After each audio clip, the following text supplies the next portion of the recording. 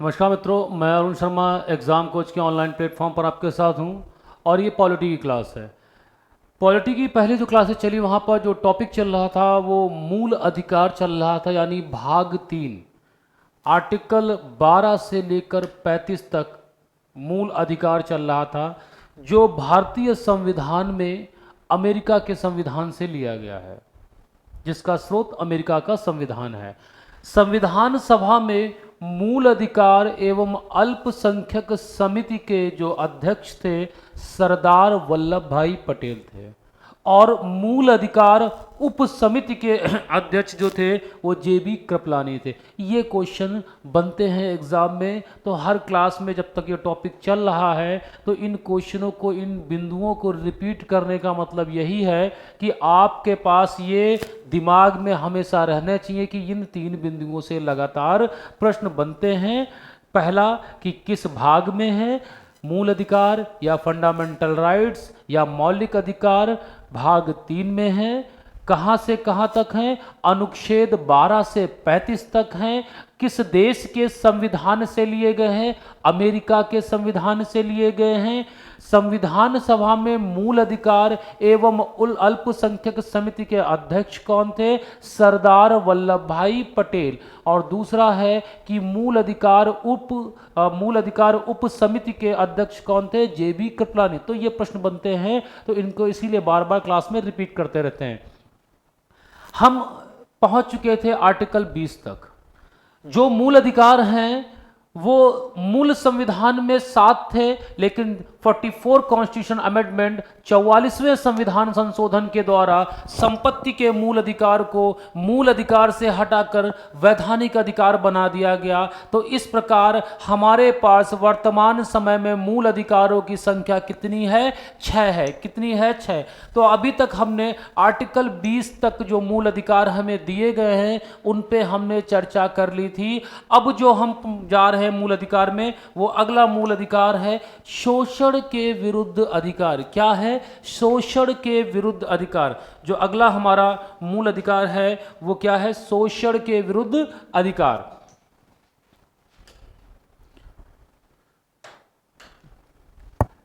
शोषण के विरुद्ध, शोषण क्या है, किसी व्यक्ति पर जबरदस्ती उसकी इच्छा के विरुद्ध जाकर किसी कार्य को करवाना या उस पर कोई चीज आरोपित करना।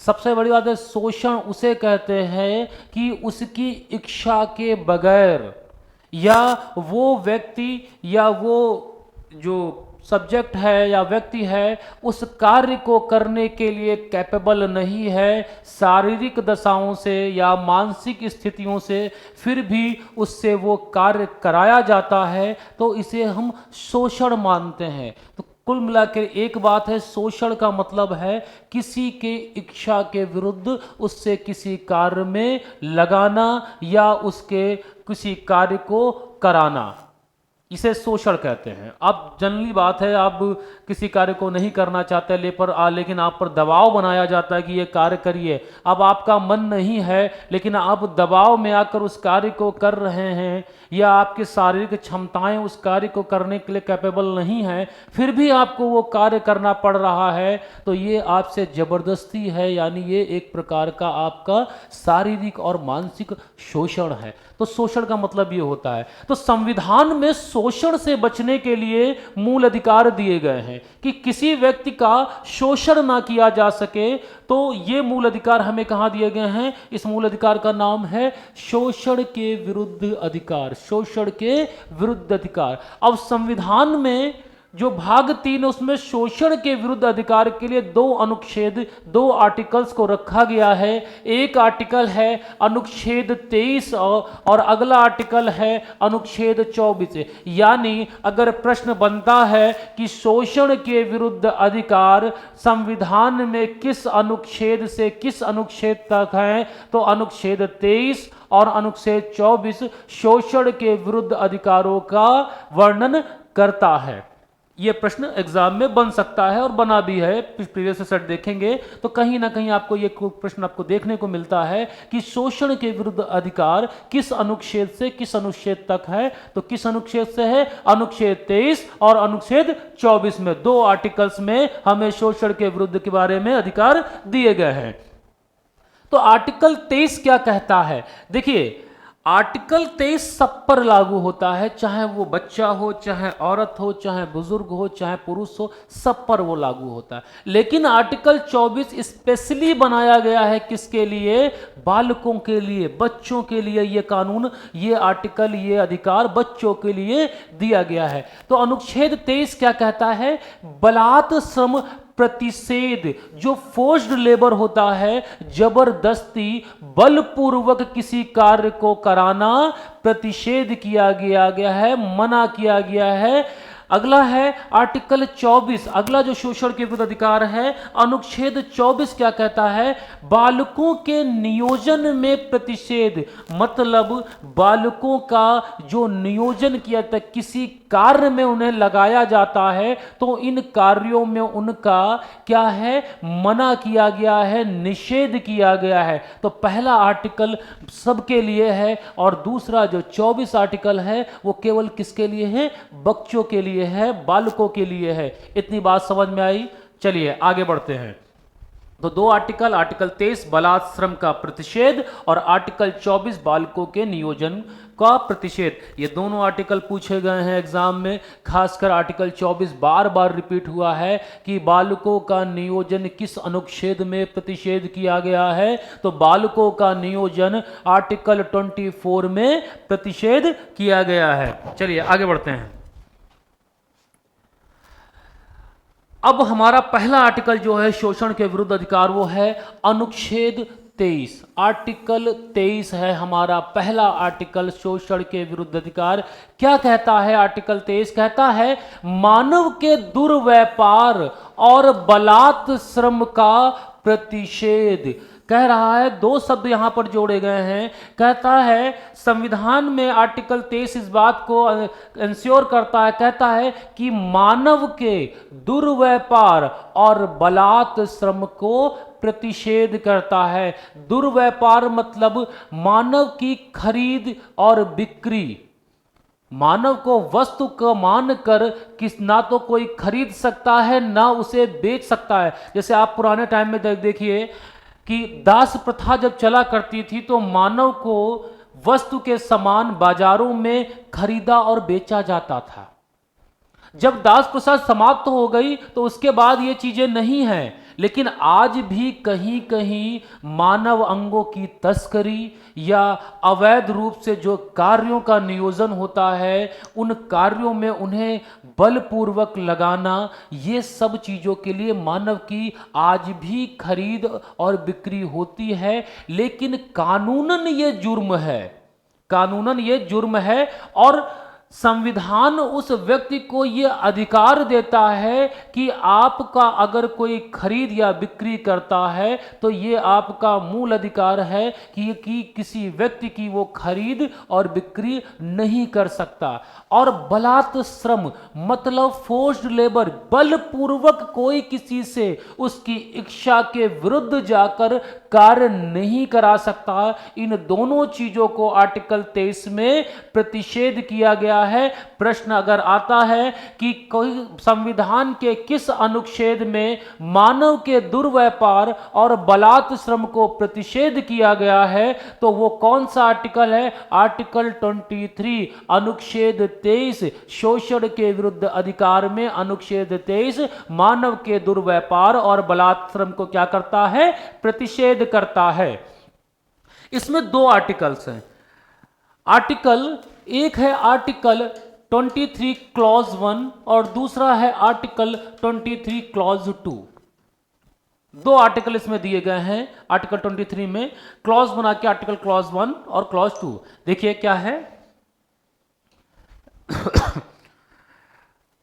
आर्टिकल 23 क्लॉज 1, इसका पहला क्लॉज क्या कहता है? मानव के दुर्व्यापार और बेगार तथा मानव के दुर्व्यापार और बेगार तथा इसी प्रकार के अन्य अन्य बलात् श्रम, मतलब जितने भी प्रकार के बेगारी या बलात् श्रम हैं सभी को आर्टिकल 23 में इंक्लूड किया गया है। यानी वे सभी कार्य जो किसी की इच्छा के विरुद्ध कराए जा रहे हैं उन सभी को इसमें इंक्लूड किया गया है। प्रतिषिद्ध किया जाता है यानी मना किया जाता है, निषेध किया जाता है। फिर से समझिए क्या कह रहा है, मानव के दुर्व्यापार और बेगार तथा इसी प्रकार के अन्य बलात् श्रमों को प्रतिषेध किया जाता है तथा इसका उल्लंघन, किसका उल्लंघन, आर्टिकल 23 का उल्लंघन करना अपराध होगा और उसे विधि के अनुसार दंडनीय होगा। क्या कहा जा रहा है, कहा जा रहा है आर्टिकल 23 कहता है क्लॉज 1 कह रहा है मानव के दुर्व्यापार और बेगार तथा इसी प्रकार के अन्य बलात् श्रमों को हम प्रतिषेध करते हैं और यदि कोई इसका उल्लंघन करता है तो वह एक दंडनीय अपराध है और उसे विधियों के अनुकूल, विधियों के अनुसार दंडित किया जाएगा। तो बात समझ में आ रही है? बात इतनी है कि ये जो अधिकार दिया है यदि इसका किसी के द्वारा उल्लंघन होता है तो उसे विधि के अनुसार दंडित किया जाएगा। मेरी बात समझ में आ रही है? अब बात यहां पर दुर्व्यापार है। दुर्व्यापार का मतलब होता है मानव की खरीद और बिक्री।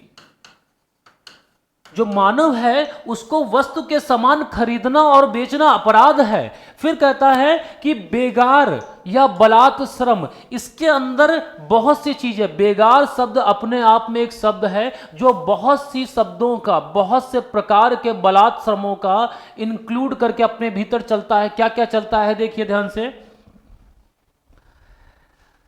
दुर्व्यापार और बेगार शब्द के अंदर क्या क्या आते हैं ध्यान से देखिए। दास प्रथा, मतलब किसी व्यक्ति को आप दास नहीं बना सकते। पहले टाइम में, अंग्रेजों के टाइम में और उससे पहले टाइम में दास प्रथा चलती थी। व्यक्तियों को, कमजोर लोगों को, वो कम पढ़े लिखे शिक्षित वर्ग के जो नहीं होते थे उनको, या आदिवासी समुदाय के लोगों को, जिसे आप देखते होंगे सबसे ज़्यादा जो दास के लिए बेचे गए हैं, खरीदे गए हैं, वो निग्रो हैं। अफ्रीकन कॉन्टिनेंट से जो व्यक्ति लाए गए, जैसे आप देखिए अमेरिका वगैरह में जितने भी आज निग्रो इधर उधर हैं वो ज़्यादातर कभी दास बन के उनके पूर्वज वहाँ लाए गए थे।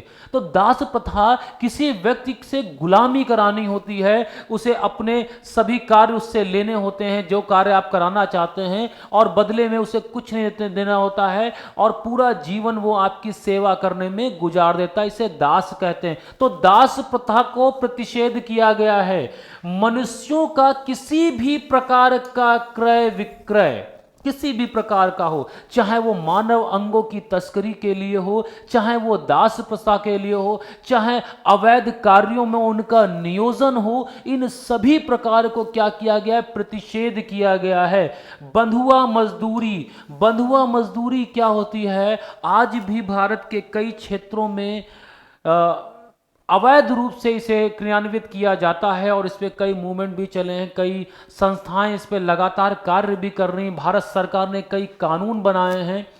बंधुआ मजदूरी का मतलब ये होता है कि व्यक्ति से अपने कार्यों को कराना और बदले में उसे किसी भी प्रकार का पारिश्रमिक नहीं देना या वेतन के रूप में कुछ भी उसे नहीं देना, और ना ही उसके कार्यों का कोई लिमिट होती थी, यानी कोई घंटे डिसाइड नहीं होते थे। उसे वो कार्य लगातार, पहले जमींदारी प्रथा जब चलती थी तो वहां पर पूरे पूरे परिवार जमींदारों के खेत में बंधुआ मजदूरी किया करते थे। उन्हें किसी भी प्रकार का पारिश्रमिक नहीं मिलता था और वो जमींदार के लिए पूरी उम्र कार्य किया करते। तो बंधुआ मजदूरी को भी इसमें क्या किया गया है, प्रतिषेध किया। बंधुआ मजदूरी, कार्य के बदले किसी भी प्रकार का पारिश्रमिक नहीं देना। दास प्रथा का मतलब है किसी व्यक्ति को खरीद कर अपने गुलाम के रूप में रखना और पूरे जीवन यानी मृत्यु के समय तक वो आपके गुलाम के रूप में जीवन व्यतीत करता है। और मनुष्यों का क्रय विक्रय, किसी भी प्रकार का क्रय विक्रय, चाहे वो बंधुआ मजदूरी के लिए क्रय विक्रय हो, चाहे मानव के अंगों की तस्करी का क्रय विक्रय हो, चाहे अवैध रूप से किसी कार्य में नियोजित करने का क्रय विक्रय हो, चाहे दास प्रथा का क्रय विक्रय हो, सभी प्रकार के क्रय विक्रय को क्या किया गया है? निषेध किया गया है। और आर्टिकल 23 क्लॉज 1 कहता है कि इसका उल्लंघन करना दंडनीय अपराध है, दंड मिलेगा। बात समझ में आ रही है? अब देखिए, ये जो चीज आर्टिकल है, आर्टिकल 23 दोनों से संरक्षण प्रदान करता है। पहला संरक्षण तो राज्य से है कि राज्य ऐसा कोई कार्य नहीं करेगा जो आर्टिकल 23 उसे प्रतिषेध करता है या निषेध करता है। सेम चीज किसी व्यक्ति पर भी लागू होती है, संस्था या व्यक्ति पर लागू होती है कि कोई भी उसे इस प्रकार से नियोजित नहीं कर सकता जो आर्टिकल 23 के अंतर्गत प्रतिषेध किया गया है। तो कहने की बात यह है कि आर्टिकल 23 राज्य और व्यक्ति दोनों से संरक्षण प्रदान करता है। किससे? राज्य और व्यक्ति दोनों से संरक्षण प्रदान करता है। इतनी बात समझ में आई? चलिए आगे बढ़ते हैं।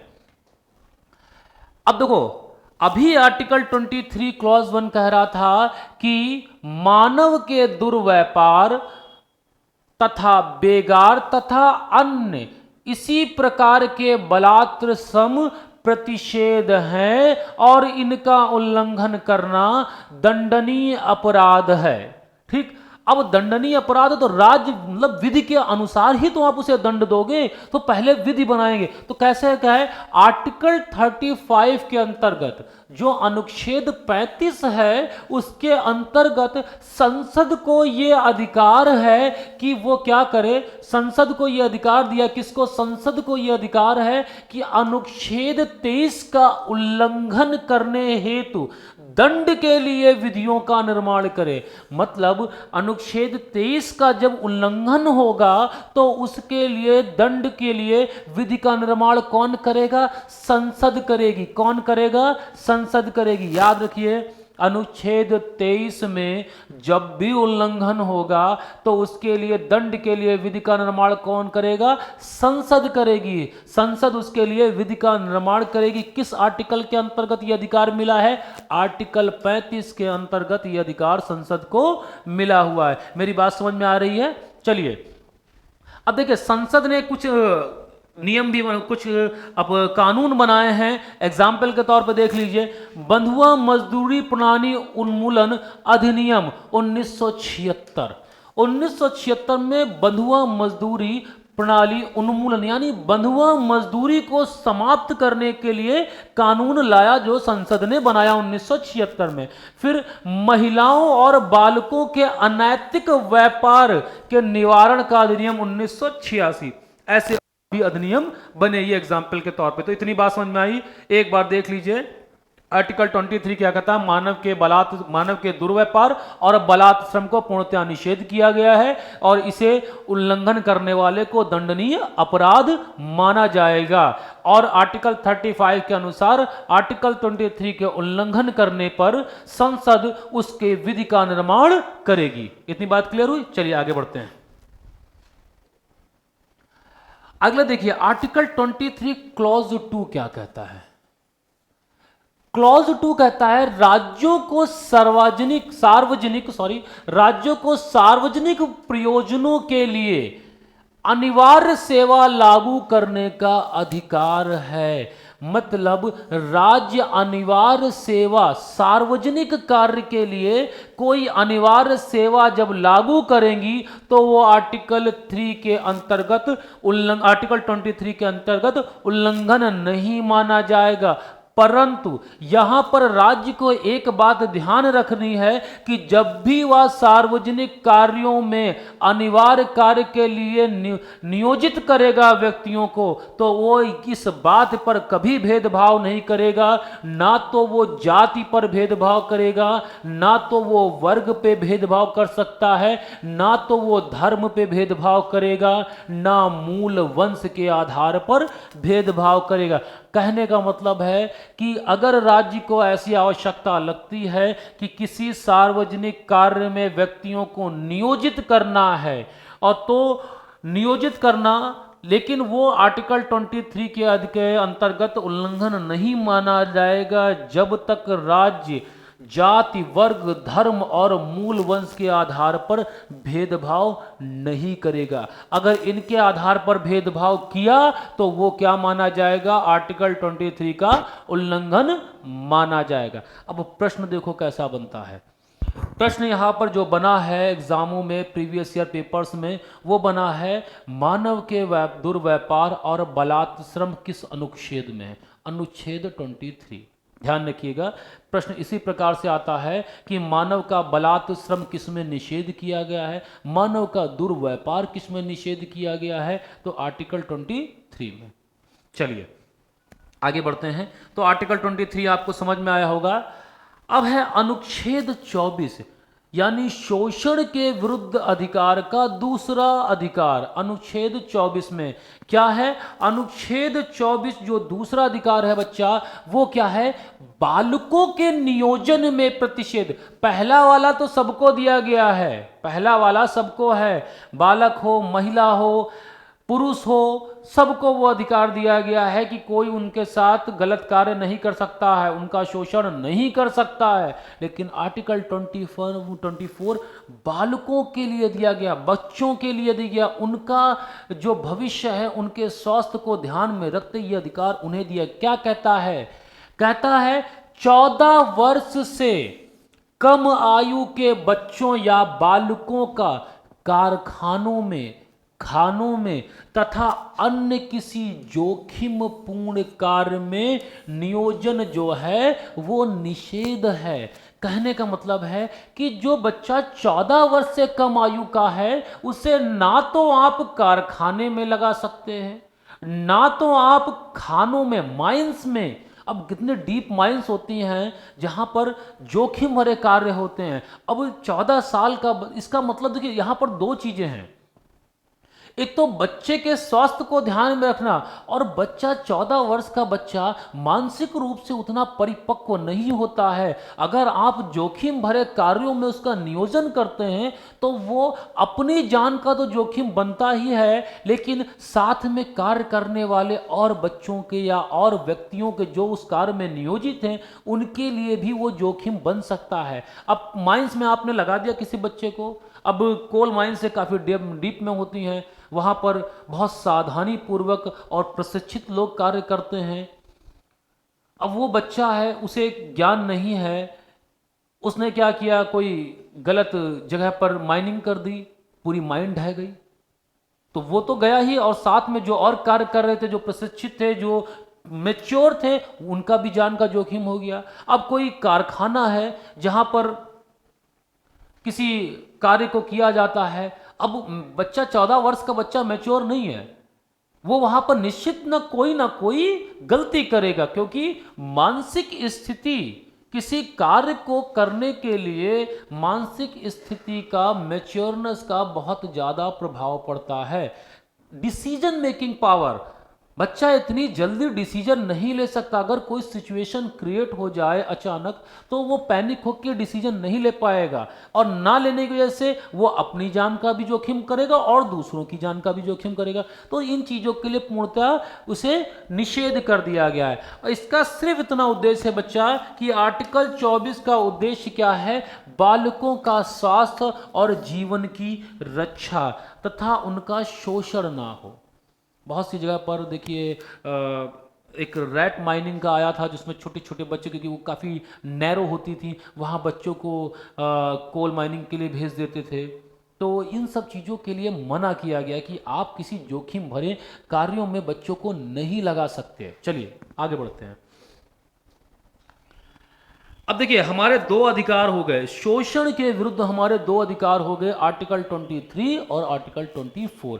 प्रश्न ये बहुत बार बना है कि 14 वर्ष से कम आयु के बच्चों का जो नियोजन है वो किस आर्टिकल में प्रतिषेध किया गया है, आर्टिकल 24 में। अगला बनता है बालकों का जो शोषण के विरुद्ध अधिकार है वो किस अनुच्छेद में, अनुच्छेद 24 में है। तो इन प्रश्नों का आप ध्यान रखिएगा, ये प्रश्न बार बार एग्जाम में आते हैं, तो आप इन आर्टिकल्स को जरूर ध्यान रखिए किस आर्टिकल में कौन सी बात कही गई है। चलिए आगे बढ़ते हैं।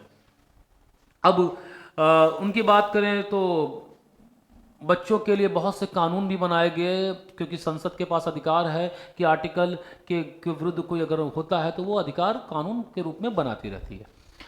अगला है धर्म की स्वतंत्रता का अधिकार, बहुत एग्जाम में बहुत बार आता है। एग्जाम में ये आर्टिकल कहीं ना कहीं घूम घाम के आपको मिल ही जाएगा कि धर्म की स्वतंत्रता का अधिकार। अगला जो हमारा मूल अधिकार है वो है धार्मिक स्वतंत्रता या धर्म की स्वतंत्रता। एग्जाम में ये भी मिलता देखने को, धार्मिक स्वतंत्रता। क्या मिलता है? धार्मिक स्वतंत्रता का अधिकार। क्या है धार्मिक स्वतंत्रता? बताइए भाई, धार्मिक स्वतंत्रता क्या है? देखिए कुछ बेसिक बातों पर पहले चर्चा कर लेते हैं इस आर्टिकल को समझने से पहले। धार्मिक स्वतंत्रता, संविधान में प्रस्तावना, जब उद्देश्य प्रस्ताव लाया गया और उद्देश्य प्रस्ताव के बाद वो जो प्रस्तावना के रूप में भारतीय संविधान में जुड़ी, तो उसमें ऐसा कोई शब्द ही नहीं था धार्मिक स्वतंत्रता, ना ही इसको कोई ऐसा शब्द जो इसे वहां पर रखे। तो एक संविधान संशोधन हुआ, 42वां संविधान संशोधन 1976, 42 कॉन्स्टिट्यूशन अमेंडमेंट 1976। इस कॉन्स्टिट्यूशन अमेंडमेंट में क्या किया गया, इसमें एक शब्द, 3 शब्द जोड़े गए थे, दो तो चलो हम बाद में प्रस्तावना में चर्चा कर चुके हैं, लेकिन इस आर्टिकल से संबंधित उसकी चर्चा हम कर रहे हैं। क्या? पंथ निरपेक्ष,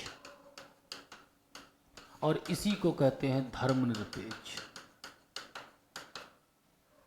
पंथ निरपेक्ष या धर्मनिरपेक्ष, मतलब राज्य का अपना कोई भी धर्म नहीं है, राज्य किसी धर्म का प्रतिनिधित्व नहीं करता है, और जब ये बात है तो सभी व्यक्तियों को धार्मिक स्वतंत्रता मिलनी चाहिए। हालांकि संविधान में इस शब्द के जोड़ने से पहले मूल अधिकार में धार्मिक स्वतंत्रता थी, मतलब भारत का जो नेचर था वो पहले से ही धर्मनिरपेक्ष था, लेकिन प्रस्तावना में इसको कहीं ऐड नहीं किया गया था। वो 42वें संविधान संशोधन 1976 के बाद से ऐड कर दिया गया, पंथ निरपेक्ष या धार्मिक स्वतंत्रता। देखिए अब इसे क्या बोला गया है। अब पहला जब प्रस्तावना में संशोधन हुआ, जब केशवानंद भारती बनाम केरल राज्य 1973, केशवानंद भारती बनाम केरल राज्य जब विवाद आया न्यायालय के सामने, तो न्यायालय ने पहली बात तो कही कि प्रस्तावना संविधान का भाग है और इसमें संशोधन कर सकते हो। और इससे पहले जब वो बात कर रहा था आपका बेरुबाड़ी केस 1960 में, तो वहां पे वो कह देता कि प्रस्तावना संविधान का भाग है ही नहीं। जब कहा केशवानंद भारती में कि प्रस्तावना संविधान का भाग है और इसमें संशोधन कर सकती है संसद, परंतु मूल ढांचे को क्षति नहीं पहुंचनी चाहिए। और क्या शब्द आया? मूल ढांचा। अब मूल ढांचा के अंदर आएगा क्या क्या, ये एक्सप्लेन नहीं किया इसमें, इसे सब न्यायपालिका ने बाद में एक्सप्लेन किया। और यहीं पर एक केस आया बम्बई बनाम संघ, बम्बई बनाम संघ, और उसमें ये बात कही गई है कि मूल ढांचे के अंतर्गत पंथ निरपेक्ष और धर्म निरपेक्ष आता है। कहने का मतलब है मूल ढांचे में पंथ निरपेक्ष और धर्म निरपेक्ष को रखा गया है। बात समझ में आ रही है? चलिए, ये तो धार्मिक स्वतंत्रता का कुछ बेसिक सी चीजें हो गई। अब हम अपने टॉपिक पे आते हैं, कम बैक। टॉपिक हमारा क्या है?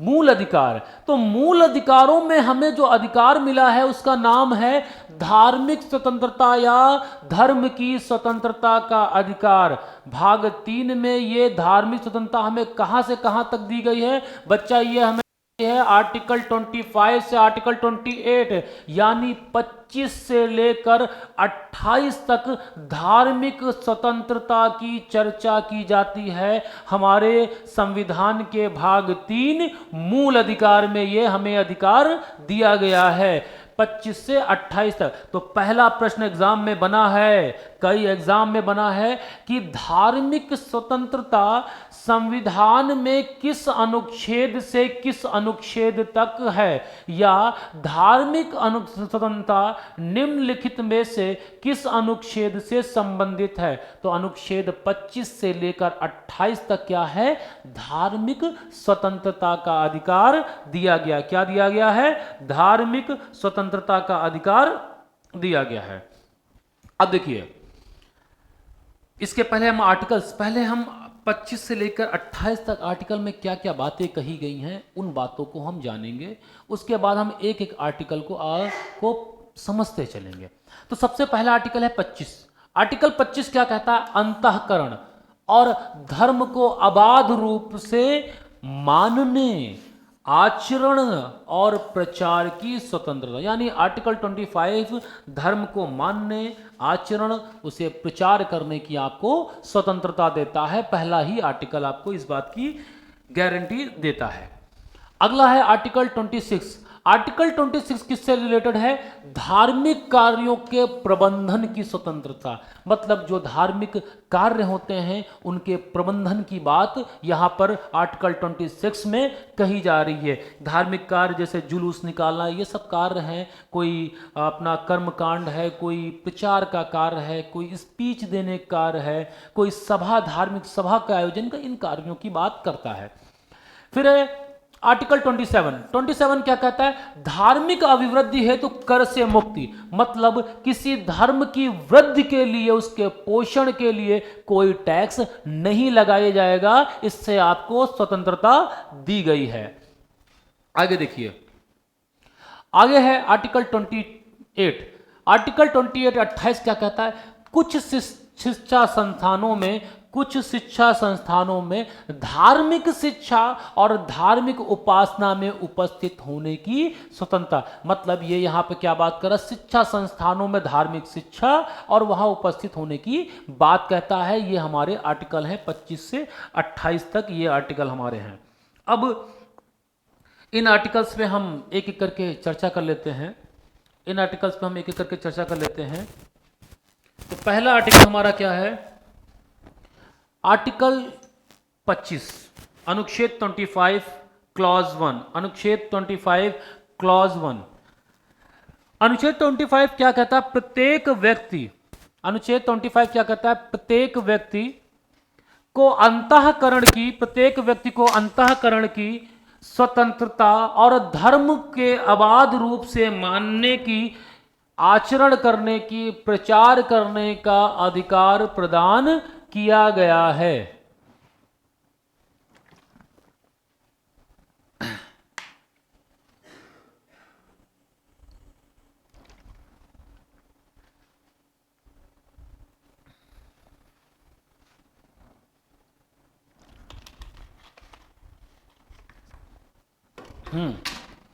आर्टिकल 25 क्या कहता है,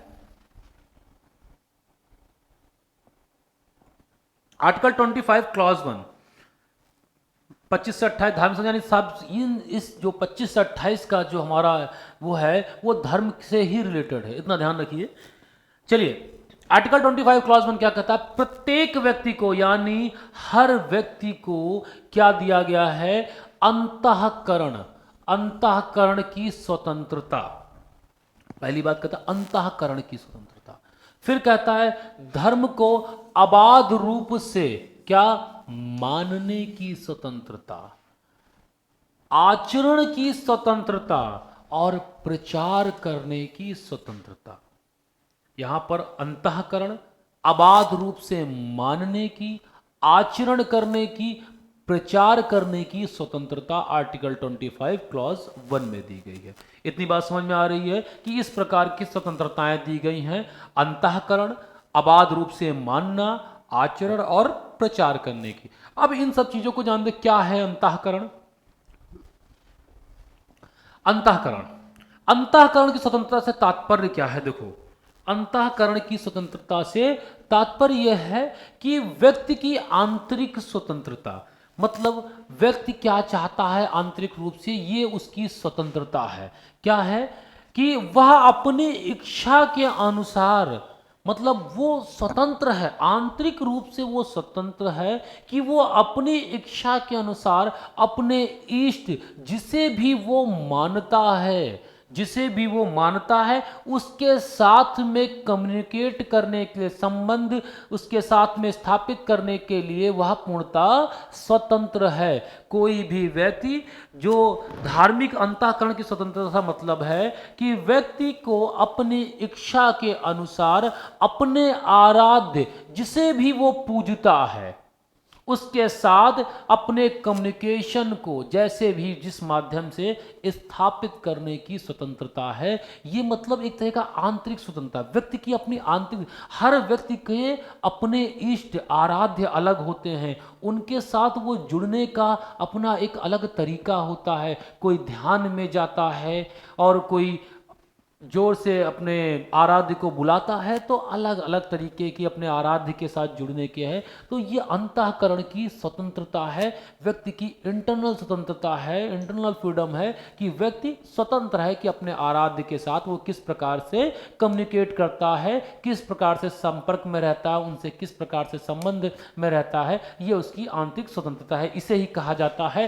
अंतःकरण की स्वतंत्रता। बात समझ में आई? तो पहला शब्द क्लियर हुआ कि व्यक्ति की अंतःकरण की स्वतंत्रता, यानी आर्टिकल 25 में जो पहला शब्द है अंतःकरण, उसकी बात आपको समझ में आई कि इंटरनल, आंतरिक स्वतंत्रता, कि व्यक्ति अपने इष्ट, अपने आराध्य के साथ संबंध या कम्युनिकेट बनाने के लिए स्वतंत्र है। इतनी बात समझ में आई? अगला देखिए क्या है, आबाद रूप से मानना।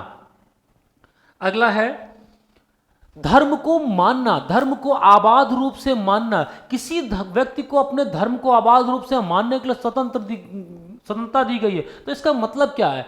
मतलब है कि निर्बाध रूप से, प्रतिबंध रहित, किसी भी प्रकार का कोई प्रतिबंध नहीं होगा व्यक्ति के ऊपर धर्म को मानने के लिए, और धर्म निर्बाध रूप से वो अपनी आस्था और विश्वास की घोषणा कर सकता है।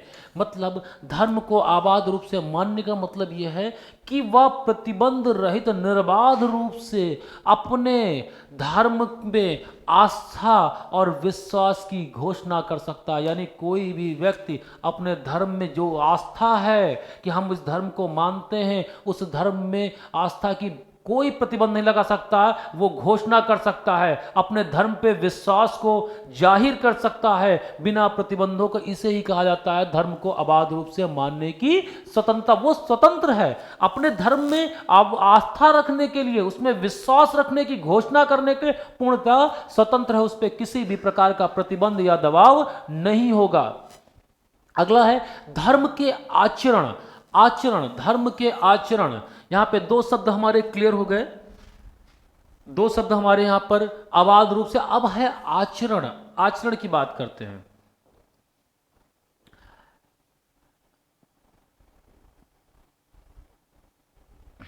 हाँ देखिए, आचरण की बात करते हैं। धर्म के आचरण की बात है धार्मिक कार्य और कर्तव्यों का पालन तथा विश्वास को प्रकट करना। धार्मिक कार्य और कर्तव्यों का पालन।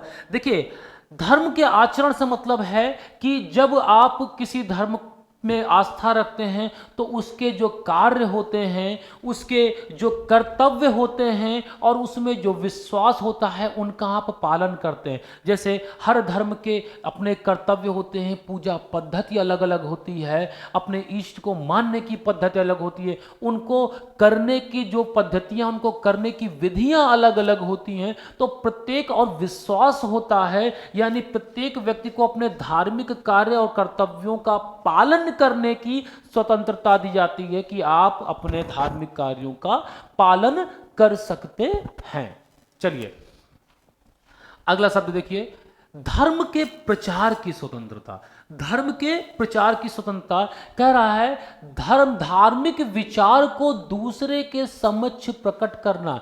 यानी आप एक बात समझिए, कोई व्यक्ति, मैं या कोई व्यक्ति जिसका अपने धर्म में आस्था है, विश्वास है, वो अंतःकरण करता अपने धर्म को, अबाध रूप से मानता है, अबाध रूप से उसका आचरण करता है अपने धर्म का, तो उसे अपने धर्म के प्रचार और प्रसार की भी स्वतंत्रता होगी। वो अपने धर्म के विचारों को किसी दूसरे व्यक्ति के सम्मुख रखता है, उसे रखने का अधिकार है, स्वतंत्र है। मानना ना मानना सामने वाले का अधिकार है, लेकिन व्यक्ति को अपने धर्म के विचारों को दूसरे के समक्ष रखने की पूर्णता स्वतंत्रता दी गई है कि वह व्यक्ति अपने धर्म के विचार को दूसरों के सम्मुख रख सकता है और उनका प्रचार, इसी को कहा जाता है प्रचार। आप जब देखिए, जब आप अपनी धार्मिक भावनाओं को, धार्मिक आस्थाओं को, अपने आचरण, अपनी पूजा पद्धति, अपने इष्ट आराध्य के विषय में किसी को बताते हैं, तो इनडायरेक्टली या डायरेक्टली आप अपने धर्म का प्रचार या प्रसार ही कर रहे हैं, क्योंकि आप ये चाहते हैं कि वो व्यक्ति हमारे धर्म को समझे और हमारे धर्म को से जुड़ने का प्रयास करे। तो ये किसी व्यक्ति के सामने अपनी धार्मिक भावनाओं को क्या प्रकट करना स्वतंत्रता का अधिकार है, आपकी धार्मिक स्वतंत्रता। लेकिन एक चीज यहां पर यह भी है, स्वतंत्रता तो है, लेकिन स्वतंत्रता वहीं तक सीमित है जब तक दूसरे की स्वतंत्रता बाधित नहीं हो। इन अधिकारों पर प्रतिबंध भी लग सकता है, इन्हें रोका भी जा सकता है। कैसे? क्या कहता है, देखिए, राज्य विभिन्न अधिकारों पर, विभिन्न आधार पर, मतलब राज्य के पास यह अधिकार है कि वो विभिन्न आधारों के आधार पर क्या करे, धार्मिक स्वतंत्रता पर विधि द्वारा प्रतिबंध आरोपित करे। किस द्वारा? विधि के द्वारा प्रतिबंध आरोपित कर दे कि राज्य को यह अधिकार दिया गया कि धार्मिक स्वतंत्रता के अंदर जो अधिकार हैं, उन अधिकारों पर क्या करे, विधि के द्वारा प्रतिबंध लगा सकता है। लेकिन उसका आधार है, क्या क्या आधार होना चाहिए? लोक व्यवस्था। लोक व्यवस्था, अब लोक व्यवस्था है, मान लीजिए समाज में कोई ऐसा कार्यक्रम चल रहा है या कोई ऐसी परिस्थिति, अब जैसे कोविड का टाइम चल रहा था, अब कोविड के टाइम में आप कहें हमें धार्मिक स्वतंत्रता है, हम अपने धर्म का प्रचार प्रसार करें, अपने कर्तव्यों का पालन करेंगे, तो सरकार, राज्य क्या करेगा, प्रतिबंध लगा दे, क्योंकि उससे लोक व्यवस्था खराब होगी। क्योंकि ऐसा सिस्टम है, यानी लोक व्यवस्था यानी समाज की जो व्यवस्थाएं हैं वो अगर क्षतिग्रस्त होती हैं, उन पे कोई अगर दबाव आता है या उनके भंग होने का खतरा होता है, तो राज्य सरकार विधि द्वारा इसे प्रतिबंधित कर सकती है। फिर क्या है, सदाचार के रूप में कोई गलत एक्टिविटी में शामिल हो जाता है तो उसे भी मतलब सदाचार के का आधार बनाकर भी ये लगाया जाता है। स्वास्थ्य की बात, जैसे कोविड की बात हमने की, स्वास्थ्य की बात है, कोविड की बात की, स्वास्थ्य, यानी इन आधारों पर क्या करती है सरकार, धार्मिक स्वतंत्रता पर क्या कर सकती है, प्रतिबंध लगा सकती है। तो इतनी बात समझ में आई? एक एक शब्द एकदम क्लियर है, कहीं कोई दिक्कत? एक एक शब्द क्लियर है, कहीं कोई दिक्कत?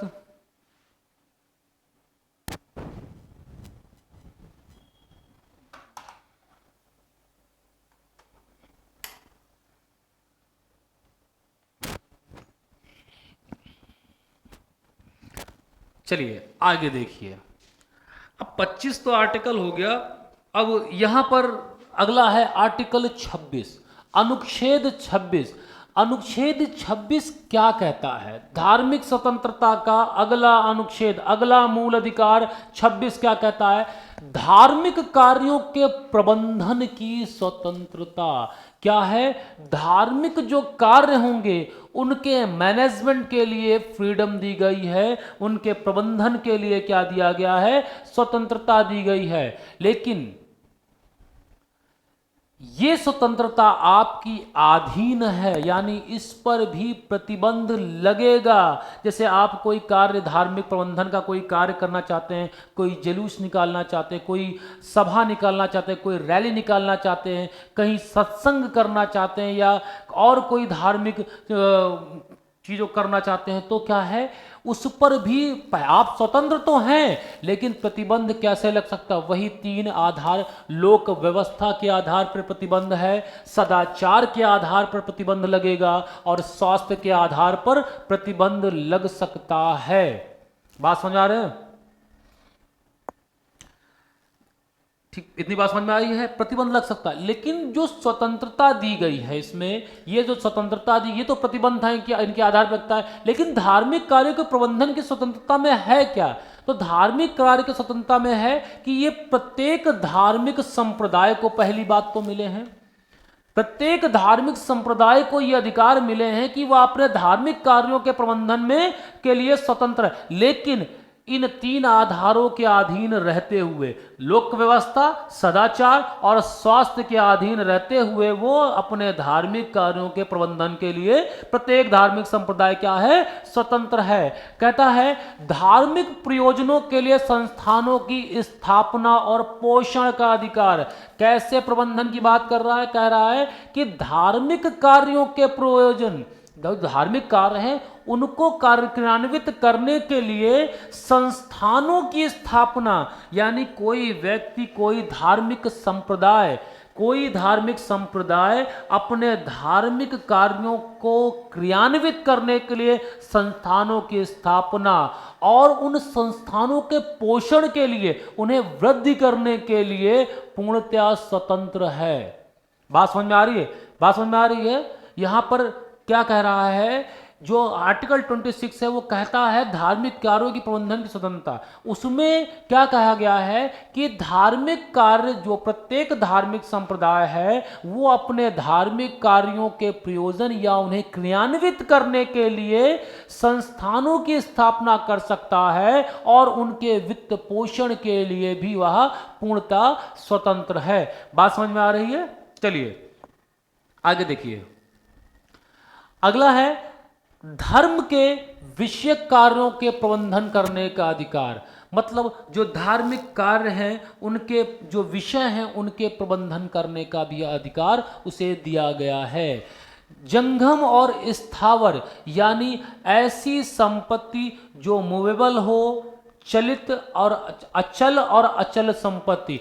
यहां पर चल और अचल संपत्ति आप समझते होंगे, 2 प्रकार की संपत्तियां होती, एक चल संपत्ति, एक अचल संपत्ति होती है। यानी धार्मिक संप्रदायों को अधिकार है कि वह अपने धार्मिक कार्यों के क्रियान्वयन के लिए चल और अचल संपत्ति का अर्जन कर सकते हैं और उनका स्वामित्व भी कर सकते हैं, मतलब उसकी ओनरशिप भी उनके पास रह सकती है। कहने की बात है कि धार्मिक संप्रदाय अपने धार्मिक क्रियान्वयन के लिए, धार्मिक कार्यों को क्रियान्वयन के लिए क्या कर सकते हैं?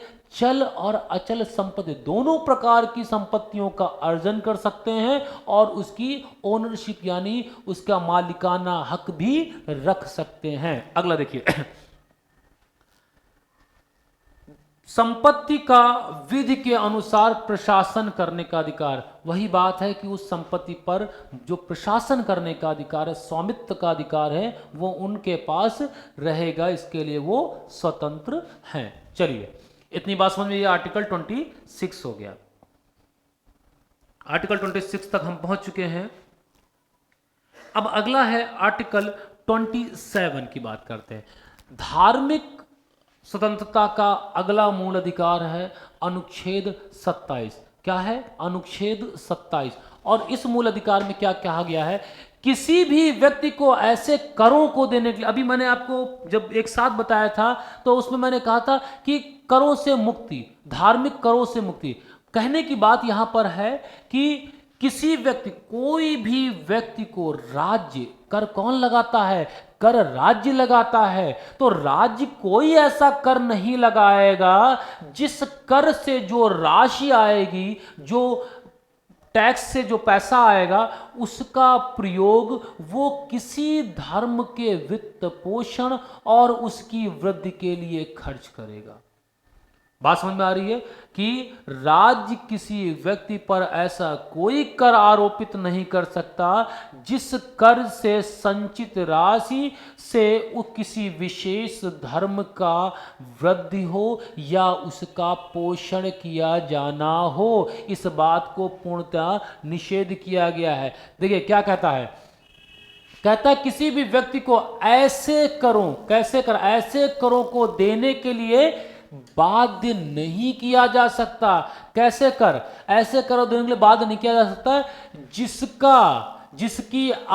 जिसकी आय को किसी विशेष धर्म या धार्मिक संप्रदाय की अभिवृद्धि या पोषण में व्यय किया जाना हो। यानी यह राज्यों को प्रतिबंधित करता है कि आप ऐसा कोई कर नहीं आरोपित करेंगे व्यक्ति पर जिससे प्राप्त राशि को आप किसी धर्म या धार्मिक संप्रदाय की वृद्धि और उसके वित्त पोषण के लिए खर्च कर रहे हो। इतनी बात समझ में आई? ये आर्टिकल 27 है और 27 करों से रिलेटेड है कि ऐसा कोई कर आरोपित नहीं किया जा सकता जिस कर से जो राशि प्राप्ति होगी उस राशि का प्रयोग हम किसी विशेष धर्म की अभिव्यक्ति, विशेष धर्म की वृद्धि और उसके पोषण में खर्च किया जाना हो।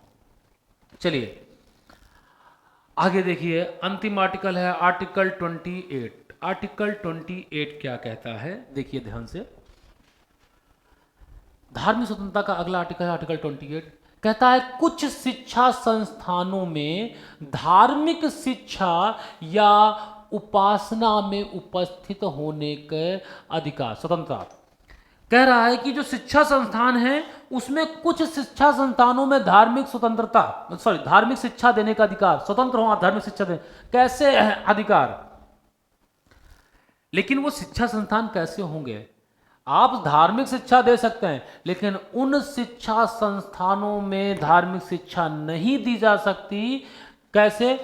वे शिक्षा संस्थान जो राज्य निधि से पूर्णतः, वे शिक्षा संस्थान जो राज्य द्वारा वित्त पोषित हैं, राज्य उन्हें पैसा देता है, जो पूरी तरीके से राज्य द्वारा वित्त पोषित हैं, उन शिक्षा संस्थानों में क्या धार्मिक शिक्षा नहीं होगी। बात समझिए, बात यह कहता है कि वे सभी शिक्षा संस्थान जिन शिक्षा संस्थानों में राज्य वित्त पोषित करता, राज्य उन्हें वित्त पूर्णता, राज्य पूर्णता पूरी तरीके से राज्य के वित्त पर डिपेंड है, उन शिक्षा संस्थानों में धार्मिक शिक्षा को प्रतिबंधित किया गया है, अलाउ नहीं किया। क्यों? राज्य, भाई राज्य क्या है? राज्य हमारा पंथ निरपेक्ष, धर्म निरपेक्ष है और राज्य जब पैसा दे रहा है, अगर आप उसमें धर्म शिक्षा देंगे किसी विशेष धर्म की धार्मिक शिक्षा देंगे तो धार्मिक शिक्षा देने का मतलब क्या है? और राज्य को वित्त कहाँ से मिलता है? टैक्स से मिलता है। क्या है? उससे जो टैक्स दिया जाता है उसी से तो मिलता है। भाई राज्य की इनकम का स्रोत क्या है? टैक्स। और अभी आपको 27 बताया गया कि राज्य को इस प्रकार का टैक्स नहीं लगा सकता जिसका प्रयोग वो विशेष धर्म के वित्त पोषण में खर्च करेगा। तो यहां पर सीधी बात कही गई है कि राज्य निधि से पूर्णतः वित्त पोषित कोई भी शैक्षिक संस्थान, कोई भी शैक्षिक संस्थान धार्मिक शिक्षा नहीं दे सकता, अलाउ नहीं किया गया है। चलिए आगे बढ़ते हैं। अब देखिए, यदि किसी शिक्षा संस्थान की स्थापना किसी धर्म से या न्याय के अधीन हुई है जिसके अनुसार धार्मिक शिक्षा देना आवश्यक है तो धार्मिक शिक्षा दी जाएगी। देखिए, अगर कोई शिक्षा संस्थान इसी कार्य के लिए स्थापित हुआ है जिसमें धार्मिक शिक्षा देना है, यानी किसी धर्म के आधार पर उसकी स्थापना हुई है, तो ऐसे शिक्षा संस्थानों में धार्मिक शिक्षा दी जाएगी, वो प्रतिबंधित नहीं है। अगला देखो क्या कहता है, राज्य द्वारा राज्य से मान्यता प्राप्त या राज्य निधि से सहायता प्राप्त, यहां पूर्णता वित्त पोषित नहीं है, यहाँ पूर्णतः वित्त पोषित नहीं है, यहाँ पर सहायता प्राप्त। शिक्षण संस्थानों में धार्मिक शिक्षा या धार्मिक उपासना में भाग लेना बाध्य नहीं है। देखो क्या कह रहा है, राज्य से मान्यता जो प्राप्त है या राज्य निधि से वित्त पोषित है, सॉरी वित्त सहायता प्राप्त है, पूरी तरीके से नहीं वित्त पोषित है, सहायता प्राप्त है, उन धार्मिक जो वो शिक्षा संस्थान है उसमें धार्मिक शिक्षा और धार्मिक उपासना दी जा सकती है, ये प्रतिबंधित नहीं है। वहां पर पूर्णतः वित्त पोषित है, यानी वो राज्य डिपेंड, यहां सहायता दी गई है, यहां पर सहायता दी जा रही है, और यानी वो राज्य वो शिक्षा संस्थान है वो पूर्णतः राज्य पर डिपेंड नहीं है अपने वित्त पोषण के लिए। राज्य उसे मान्यता देता है और राज्य कुछ वित्त उसे देता है सहायता के रूप में। तो ऐसे शिक्षा संस्थानों में क्या होता है, आप धार्मिक शिक्षा या धार्मिक उपासना दे सकते हैं। इतनी बात समझ में आई। तो हमारा 25 से लेकर 28 तक आर्टिकल, आज हमने दो मूल अधिकार पढ़े, धर्म शोषण के विरुद्ध अधिकार और दूसरा धार्मिक स्वतंत्रता, और इनके अंतर्गत हमने शोषण के विरुद्ध अधिकार आर्टिकल 23 और 24 पढ़ा, और धार्मिक स्वतंत्रता के अधिकार में हमने क्या पढ़ा, धार्मिक स्वतंत्रता के अधिकार में हमने पढ़ा अनुच्छेद 25 से लेकर 28 तक हमने इन बातों को पढ़ा। तो हमारे दो मूल अधिकार पूरे। अब देखो प्रश्न कैसे आते हैं। प्रश्न आपसे पूछेगा, प्रश्न आपसे क्या पूछेगा, देखिए निम्नलिखित में से, ये आया हुआ प्रश्न है, निम्नलिखित में से धार्मिक स्वतंत्रता किस अनुच्छेद में है। अब देखिए यहां पर दो चीजें देगा, दो आंसर मिलेंगे आपको देखने को। एक तो मिलेगा सीधे सीधे आर्टिकल 25 सही, और दूसरा आपसे पूछेगा ये ऑप्शन मिलेगा आर्टिकल 25 से लेकर 28 तक। ठीक, बात समझ में आ रही है। तो एक ये प्रश्न हो गया, शोषण के विरुद्ध अधिकार, शोषण के विरुद्ध अधिकार, शोषण के विरुद्ध अधिकार, पहला जो ऑप्शन मिलेगा वो आपको मिलेगा आर्टिकल 23, आर्टिकल 23 मिलेगा। फिर इसी में आपको मिलेगा दोनों आर्टिकल 23 से 24 तक। ये दो प्रश्न इस प्रकार से बनते हैं, जो बेसिक प्रश्न है जो एग्जाम में बने हुए हैं। इसके अलावा क्या है, आपसे पूछेगा बालकों को शोषण के विरुद्ध अधिकार, शोषण के विरुद्ध अधिकार किस आर्टिकल में दिया गया है, आर्टिकल 24। धार्मिक शिक्षा संस्थानों की स्थापना का अधिकार किस आर्टिकल में दिया गया। ऐसे प्रश्न भी बनते हैं एग्जाम में, तो आप उन चीजों को बिल्कुल ध्यान रखिए। मेरी बात समझ में आ रही है, उन चीजों को आप ध्यान में रखिए। ऐसे प्रश्न एग्जाम में बने, बहुत बार पूछा गया ये वाले धार्मिक शिक्षा का, तो बहुत बार एग्जाम में पूछा गया है, बहुत बार, धार्मिक स्वतंत्रता से लेकर कई बार। ये आर्टिकल 25 तो आपको जनरली देखने को मिल जाता है एग्जाम में, अक्सर एग्जाम में पूछा जाता है। क्योंकि सबसे बड़ी बात मैंने बताई ना भी कि मूल ढांचा है, पंथ निरपेक्ष या धार्मिक स्वतंत्रता मूल ढांचे के अंतर्गत आता है, और संविधान में संशोधन तो करिए लेकिन मूल ढांचे को आप क्षतिग्रस्त नहीं कर सकते। तो ये कई बार एग्जाम में पूछा जाता है। अक्सर जो घटनाएं हैं, मीडिया है, आपकी प्रिंटेड मीडिया है, आपकी सोशल मीडिया है, तो उसमें अक्सर किसी ये धार्मिक स्वतंत्रता विवाद में बनी रहती है। तो कहीं ना कहीं करंट में जब ये घटनाएं होती रहती हैं, डिबेट का कारण बनी रहती हैं, तो एग्जामिनर अक्सर कर उसके दिमाग में मूल अधिकार भी होता है, तो अक्सर कर वो आर्टिकल 25 को टच करता है एग्जाम में। तो आप इस चीज़ को बिल्कुल ध्यान रखिएगा कि एग्जाम में ये प्रश्न जरूर बनते हैं। आर्टिकल्स को आप बिल्कुल अच्छे तरीके से याद कर लीजिए, जो भी आर्टिकल्स है, लेकिन उनकी भाषा तो आप याद करेंगे, लेकिन जैसे आपसे धार्मिक स्वतंत्रता या धर्म की स्वतंत्रता, शब्दों का हेर फेर एग्जामिनर करता है, तो इस चीज को भी आप ध्यान रखिएगा। मिलते हैं अगली क्लास में आगे के मूल अधिकारों के साथ। जुड़े रहिए एग्जाम कोच के साथ। धन्यवाद।